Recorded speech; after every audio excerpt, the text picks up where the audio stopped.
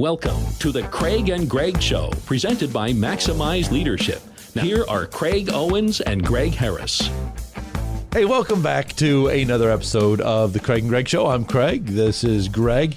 You know, in a lot of our episodes, we use some sports analogies because we like watching sports. We like playing sports. But regardless of what sport that you may or may not play, there's a phrase that I think that you've heard a lot that you probably resonates even if you don't play a sport, and that's keep your eye on the ball.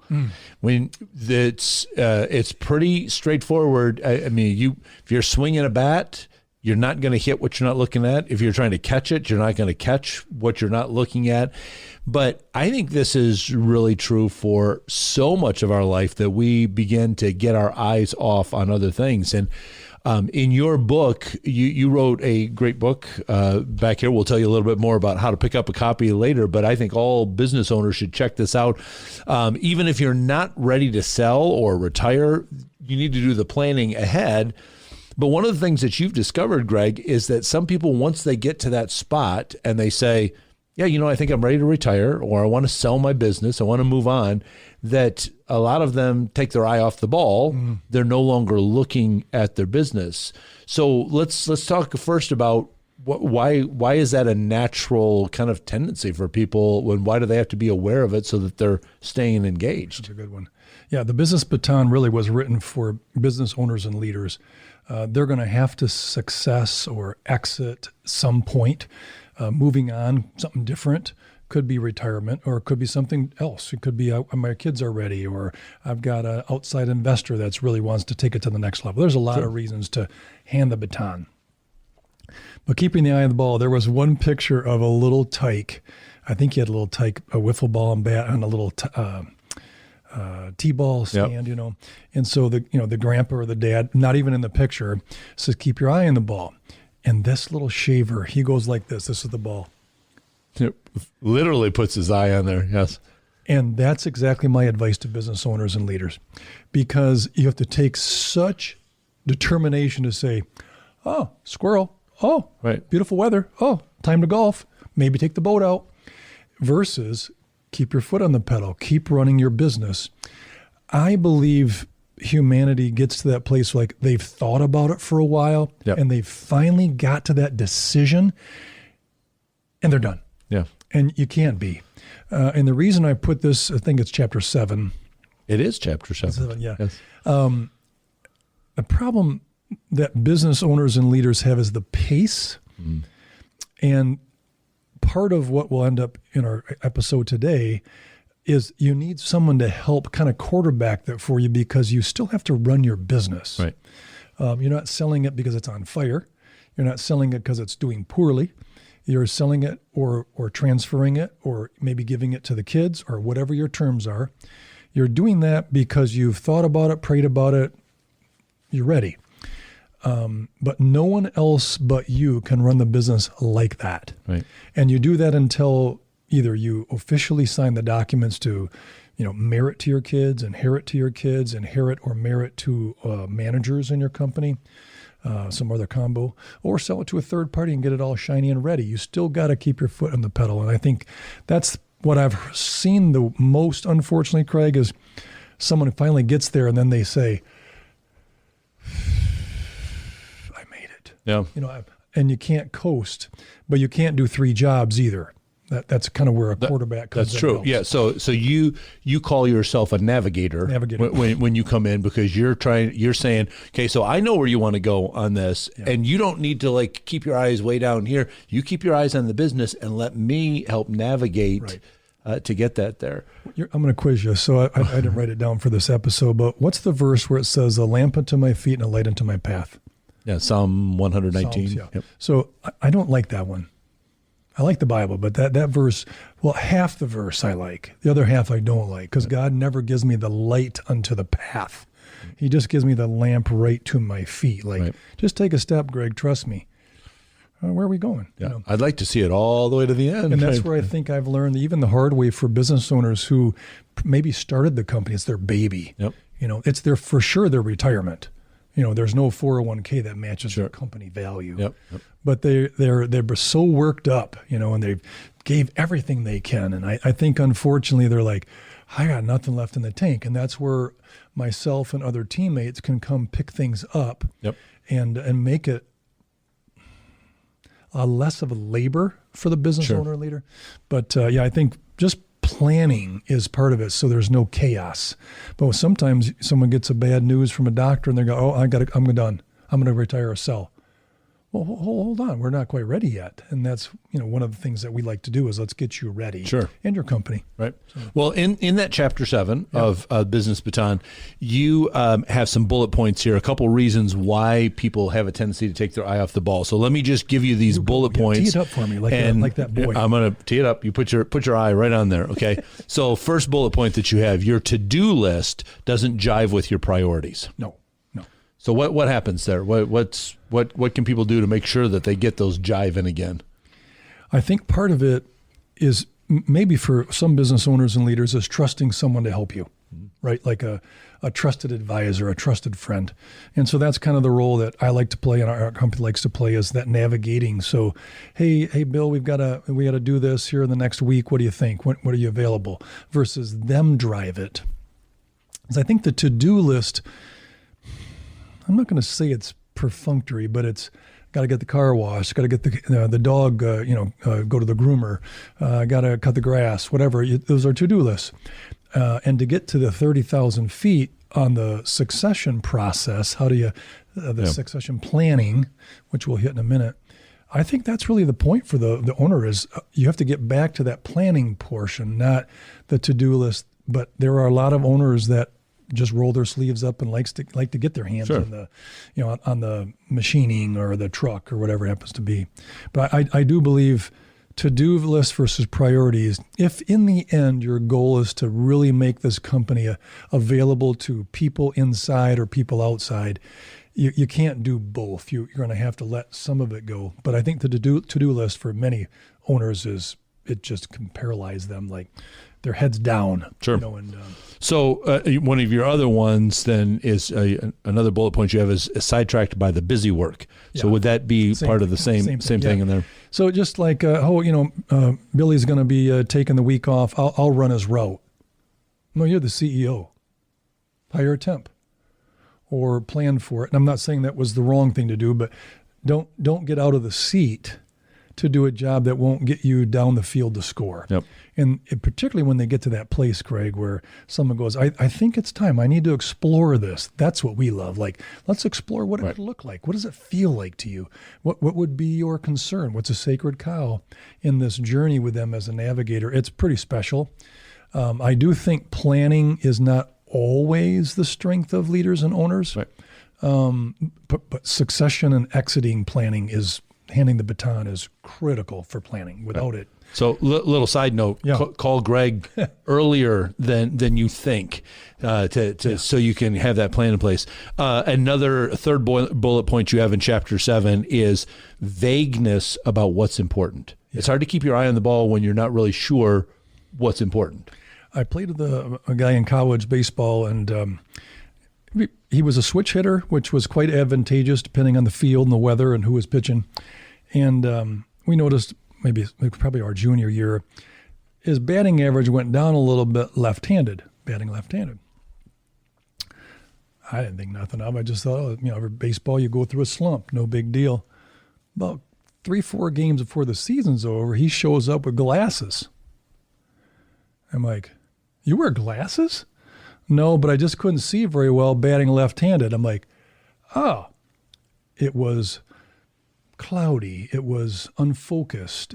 And I think that's the warning for owners and leaders is stay focused on the game, right? Versus maybe getting caught up in the minutia. Sure. It's easy to do the minutia. You almost feel like a servant leader when you're, hey, I'll do anything. I'll push the broom. I'll throw the trash out. No big deal. And then you realize, hey, but my ultimate goal is to keep this company and hand the legacy to somebody that can take care of it, bring it to the next level. Yep. Another bullet point in chapter 7 is, and this is a tough one, is avoiding difficult conversations. Yeah. That would definitely, I think for me, I know I need to have the conversation, but I haven't had the conversation. and it's really hard for me to keep my eye on the ball for the other thing because I'm distracted thinking about the conversation, and I'm spending more time thinking about avoiding the conversation than I am trying to get on with it. Isn't a couple of times you're in your careers, you're like, oh, there's Mary. No, Mary is not happy with us right now. I'm going to go over here. Right. I'm going to pretend I'm getting coffee. I think those conversations is part of leadership. You just got to have the tough ones. You've got to have the tough ones. And I mean, if you're going to get that payroll, if you're going to get that title, if you're going to have that parking spot or whatever, you're going to have the tough ones. I think the tough ones, why a navigator can be a gift, is when there's a third party. Yes. You really do get to the factual piece of the beyond tension. the emotions. Yes. And so, for example, maybe you're talking to one of the kids of the owners, and they're very emotional. I want to be the next president. I want to whatever. And you're like, I don't know if your dad wants to do that, or he's not quite there yet, And I think that's the challenge for some of us, unfortunately, is we know it's going to take a little work. We did an episode recently on relationship health. That could apply to this chapter. You're going to have those conversations with your son who maybe wants the job, but probably shouldn't take it. Sure. Right? And those are tough. I just finished a case of a very large company where the middle child decided not to become an owner with the oldest and youngest siblings. And that was a very good choice for them, just surprised us. But at the same time, why would you want them in a spot where it's not a good fit, or they're not comfortable, or if you don't feel safe or successful? But I think that's one of those scenarios an owner has to get to, is we're going to have some tough conversations. I'm not going to be able to give the company for free to a manager because they've been with me for 25 years. Work something out. Or maybe you do something at the end when you do sell to a third party versus internal. Well, you use the analogy in the book about one thing that we are accustomed to all the time, like the grocery store. We just show up, go through the line, check out, and then you're done. You don't think about the groceries anymore. But that's not the case with. It's not like, oh, I've decided I'm going to sell my business. Check out. I can leave and not think about it anymore. There are conversations that still have to be had. There are priorities that need to be set. But you talk as well about the, and I don't know how you want to address this either on the positive side or the negative side, when the owner starts to disengage, when their eye isn't on the ball anymore. What does that do to the morale of the company, the valuation of the company? So how do you want, either positive or negative, what? I think I've enjoyed so many conversations in contracts, agreements to help them go through this journey, because it does give them feedback. It gives them, this is amazing what you built. I can see we had a little dip in 2017. We're back up. What did you correct? I'd love to hear the story. And so at some point, they still want to talk about it, even though maybe, they're not going 100 miles an hour into their company. My job as a navigator is to encourage them to finish well, because you don't want to sell it and have the legacy become rusted because 3 left because they didn't think that you want to stick around, or didn't think you handled it well, or you never talked to them about it, or you just avoided it. And then a new owner comes in, you're like, nah, I'm buying this one. This isn't the story I'm not believing in. I did believe it with him, and I think that's one of the places of a team, particularly a navigator, is let's keep the ball moving. So I had one of my clients actually said, hey, I think I'm getting a little disengagement with one of my key leaders. Would you mind just plugging in as the navigator? And I did, and it was correct. He wasn't feeling great, wasn't feeling involved. So I just said to the boss, I said, hey, here's a chance for you to be an amazing leader, not a boss. Maybe take him out for a coffee once a month and just tell him how things are going. Not his job, but as a company. And I think people know if they know where you're going, there's a little more confidence and trust. But that's part of planning and communicating those hard things. Well, and we talked before, we did a couple of years ago, we did an episode about the trend of people quiet quitting, where they're just doing the bare minimum to complete the job and get the paycheck. And I think that, and you talk about this a little bit in the chapter, that somebody that takes their eye off the ball, that's really kind of the signal that they're sending is like, hey, you know what? I've decided I'm selling, I'm retiring, I'm moving on. I'm already looking down here to, what I'm doing next. And everybody else on the team goes, well, then maybe we should start just doing the same thing. I agree. You spoke on value, and so that's probably my biggest one. When I visit with a business owner, we kind of go through numbers. I give them an NDA. I don't want to discuss anything that we're going to discuss with anybody else. Not my job. If they hire me, then of course I got to get an NDA to other people so they don't talk about it. I think our challenge when a business owner comes to me and says, "Hey, I'd really like to talk about doing this," I often ask the psychological questions, not the financial. Sure. But you do dive into the financial. So one of the answers that I'll give you regarding why this is important for the business owner leader is we often think profit. And then you got to put in there taxes, right? So it's profitability and there's a tax liability. When I talk to a business owner, our goal is to build the value of the company so he or she gets the most out of it. Yep. Or the value is so good that the legacy will go on even if we closed our eyes. So that's the goal, is to make it so valuable, running like a top versus profit. I think that's the one thing that is important. You got to make money. Sure. And money's not bad. But I think if that's the goal, then you're going to cut corners on a business that someone else is going to have to run, and that's not going to be good. Right. Yeah, absolutely. You had a statistic in here that you uncovered from the Chamber of Commerce data that I thought was pretty interesting. So let me just read it. It said, data suggests that 50% of people follow a non-traditional retirement path, often partially retiring, and then more shocking, 30% of retirees later unretire. Yeah. Do you think that if they had kept their eye on the ball and maybe kind of closed out their tenure, their chapter there, maybe on a higher note, the company's at a higher valuation, they got a better payout, their employees were in a better spot, do you think that maybe they would have stayed retired, they would have stuck with the plan a little bit? That's often the story. Oh. Yeah. And I think this is not in this chapter, so I won't go there too far, but I just appreciate, telling leaders and owners what to expect, and you can't do it alone. For me, most of the gap on the owner thinking he or she's ready is they want to be ready and they see something like, I really love that dark shirt that you have on. It's actually blue. I love the flap pockets. It's really good.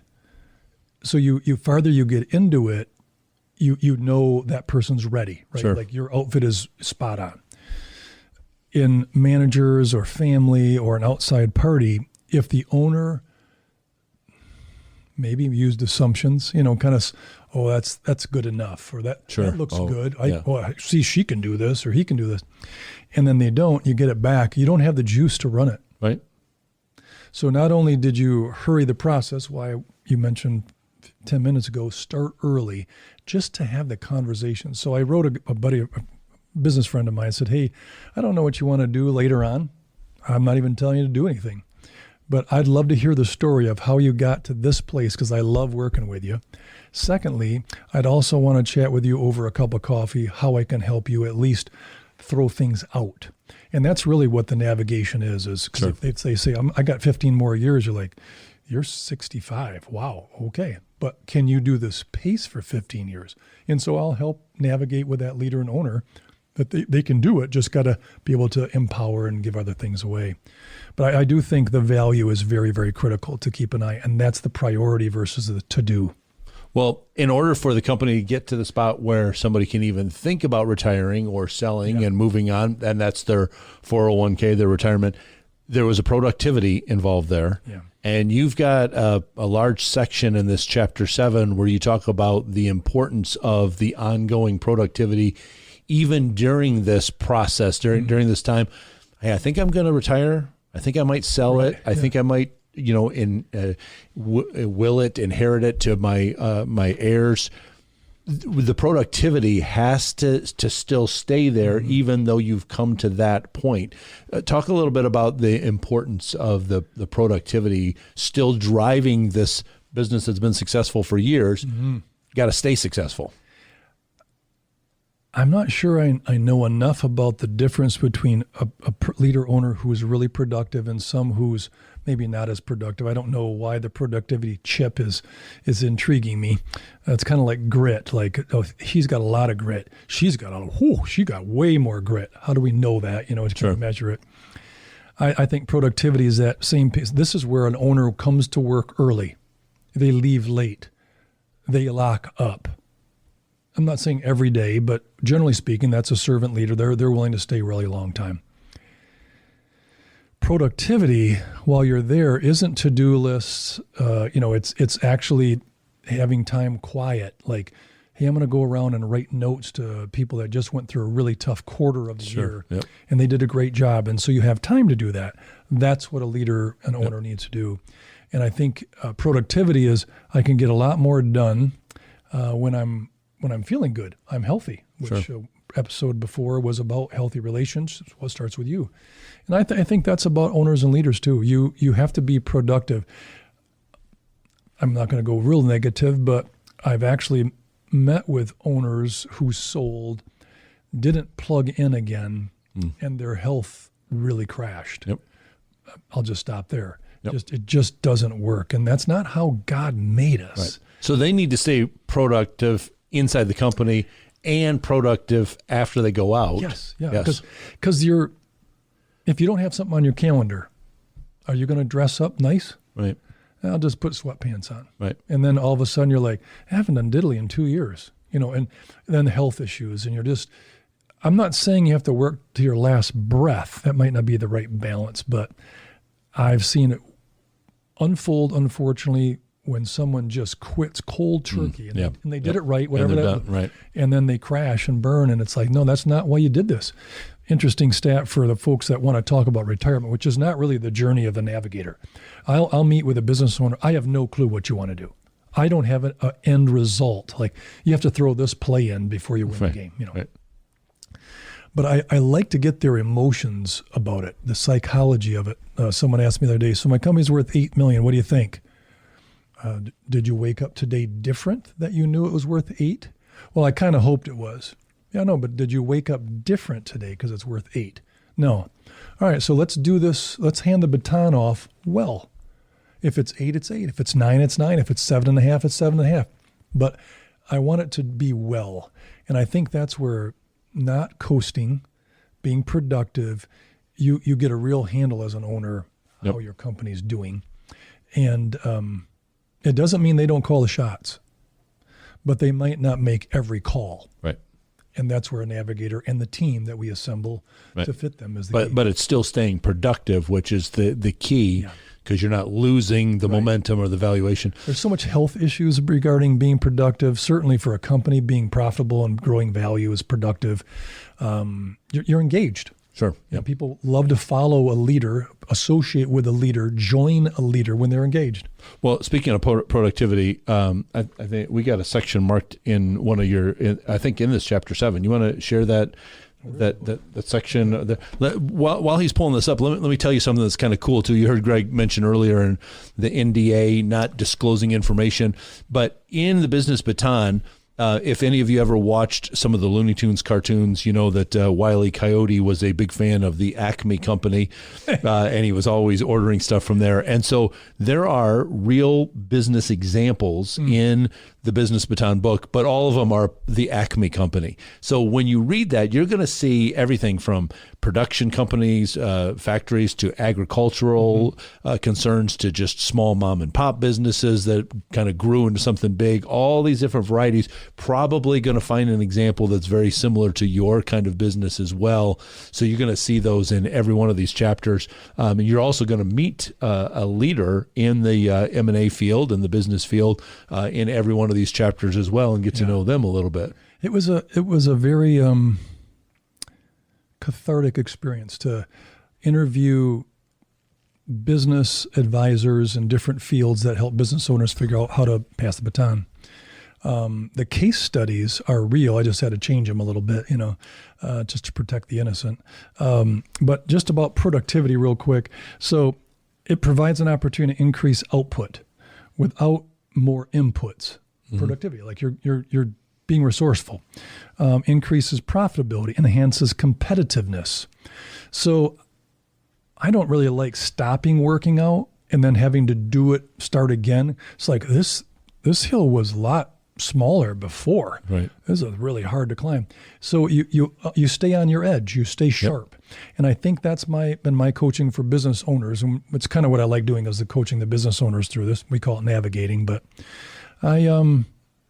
I've seen that unfortunately too much, where they, maybe take their eye off the ball and they lose their competitiveness. They're just pooped. Well, we started too late then. Right. A couple more: improves work-life balance, which is very critical. So, when a prospect client of mine, we haven't done anything with their business yet, but his joke is, I want to live to retire. And I said, well, what does that mean? If I go home, I better have something to do, right? And so it was almost like the threat of, honey, I don't want you home this much, Right. The last one: drives innovation and growth. And I think that's the part for me that I love about productivity, is it just keeps you sharp. And if I can help the business owner as a navigator, all right, next week we're going to meet with so-and-so, keep killing at what you're doing. I love your shipment went out to Indianapolis. Amazing. That was a great purchase or a great sale or a great new client, whatever you're talking to. And they're like, all right, but what else we got to do? And so I kind of keep a second agenda with a business owner while they continue to focus on being productive with their business. Yep. Yeah. Well, let me read. This is how this chapter concludes. Keep running it, keep growing it, reinvesting in it, and all the while planning your sale, your transition, and your exit. And that's what you're going to... I wrote that? You did. It's pretty profound. Hey, check out Business Baton at maximizeleadership.com. You can read a little bit more there. You can find the book on Amazon as well if you want to go there. We would love some feedback from you. If you want to either leave a comment here on this video or on X, you could reach out to us at Maximize Podcast. Tell us a little bit about topics that you'd like us to cover, things that you'd like us to talk about. We'd love to get that input. We're here to resource you to be able to help you soar.